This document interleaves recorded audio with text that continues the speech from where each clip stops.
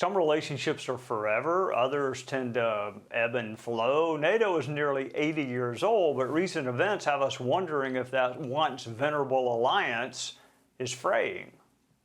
Well, NATO is shameful. I would actually say, if you want to help, great. If you don't want to help, that's okay. And they say, oh, well, would rather not, sir, would rather not. If I would have done it with force, maybe I could have gotten them to come in, but they would have come in really begrudgingly, and they would have stayed way behind.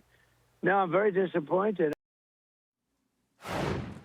Joining us is former U.S. Ambassador to the EU, Gordon Sondland. Welcome, Mr. Ambassador. What is the current state of NATO? I mean, it's one thing to take a pass on war in Iran. It's another to not even let our jets use landing strips or refuel. What is going on with that alliance?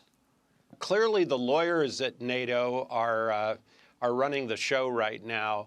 What NATO is doing in response to President Trump's request is absolutely despicable, and he's right to be pissed off.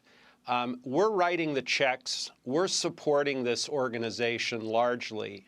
Yes, they've come along in terms of increasing their spend percentage of GDP, but geez, can't they do something simple like after we decapitated the leadership and took them out, can't they stand shoulder to shoulder with us and say, we support the United States, the world is a better place? Can't they even give some moral support? Or do the lawyers in NATO have to run everything? This is not an illegal war. This is a war that's been going on since the Shah was deposed.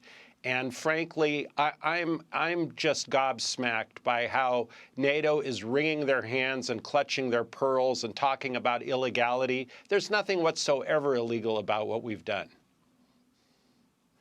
Well, Ambassador, I'm not much of a lawyer, but you don't have to be a very good lawyer to know what self-defense is. When someone's claiming they're going to kill you, you don't have to wait till they start shooting. I mean, you can go ahead and defend yourself. The U.S. is helping in Ukraine, although that, you could argue, is primarily a European matter. I am more than happy to help the Ukrainians, but it's primarily a European matter. Why would some European countries not help us with Iran? Iran is much more of a threat to them than they are to us. Those ballistic missiles can hit European capitals.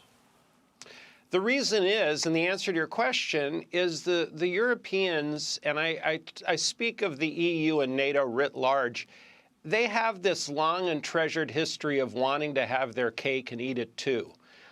Various countries, France being the particular culprit, are always trying to do business with Iran. They're always trying to wire around our sanctions or any obstacles we put up.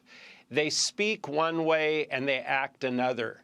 And this is the time when President Trump and Prime Minister Netanyahu and others took a very rare window of opportunity to take Iran in their most vulnerable condition, with Hamas degraded, Hezbollah degraded, Syria under new leadership, the Houthis on their back feet, to do what needed to be done sometime over the last 47 years. And they were upset that they weren't consulted ahead of time, and they're whining about this and that.